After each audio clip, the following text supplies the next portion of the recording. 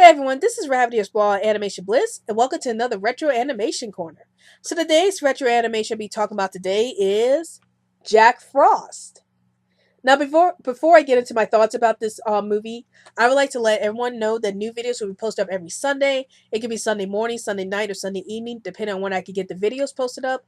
And if you happen to see any videos posted up during the week, that must mean there was a bit of anime news released in the week that I wanted to cover. So those would be considered special videos. And every Monday, I will have the top 15 animated facts series, where I go over 15 facts about a cartoon series that was suggested by the viewers. So if you have any cartoon series you want to suggest to us to do the 15 facts for, please feel free to comment on any one of our videos. Um, so let's get into this review of Jack Frost.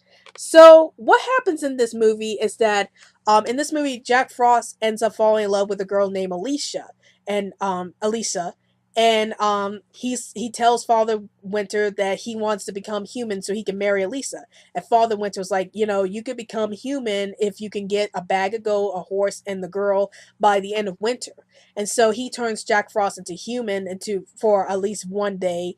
And Jack Frost tries to get closer to Alicia, but then he realizes that Elisa is also attracted to this knight named Sir Ravenna, who also likes Elisa. And then also the B plot of the story is that there's the big villain, Kubla Kraus, who's like taking over January Junction, which is their hometown, and he's like stealing people's money, and he's like ruling the land with an iron fist. And Jack Frost finds out that Kubla Kraus wants to destroy January Junction, so he has to try to figure out a way to save January Junction from Kubla Kraus. So what are my thoughts about this special? Um I love this movie. This is like one of my favorite Christmas specials of all time, along right behind Frosty the Snowman and How the Grinch Stole Christmas and all the others.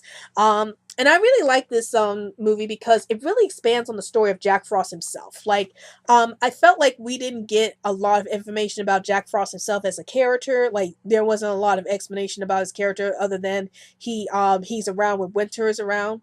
And I like the fact that this movie really expanded more on his character. Like we see that Jack falls in love and he wants to do everything he can to get the affection of Alicia. And then we also see him try to save January Junction from Kubla Kraus. So we see that he's a very noble character. And we also see when he first becomes human, we see that he's a little awkward around people because he doesn't know how to be human. And he was just transformed from a water sprite or a spirit into a human being. So I like how that transition was played out with Jack Frost. And as for Kubla Kraus, I did find him to be an interesting villain at times, but there were times where I felt like he was one dimensional. Like I felt like the reason why they introduced Kubla Kraus into this film is because they're like, oh, we need to have a villain for this movie, so we're just throwing Kubla Kraus for this movie. But there were some interesting things about his character. Like I like the fact that he has his little puppet, metal puppet named Dami. I thought he was like one of the most hilarious things about the movie, and I like how Kubla Kraus kind of talks to Dami as if he's a real person. And that was probably one of the best parts about Kubla Kraus. And I will admit that this special did try to make Kubla Kraus a little threatening as a character, like how he wants to destroy January Junction and how he keeps stealing the gold from other people.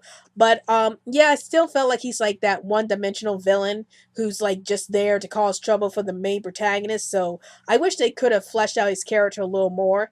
And there's also the character Pardon Me Pete. Like he's the narrator of the story, but he only shows up at the beginning and some parts in the middle, so he doesn't have a big part in this special. But I do like the scenes where he's at, like how he explains what's going on with Jack Frost and how he talks to the audience about he made a deal with Jack Frost about Groundhog's Day. So I thought all of that was pretty interesting about his character.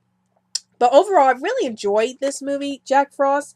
I think it's highly creative. I think they really expanded on Jack Frost's character very well. And I'm always a sucker for Rankin Bass Christmas movies because they do them so well. And this is definitely no exception.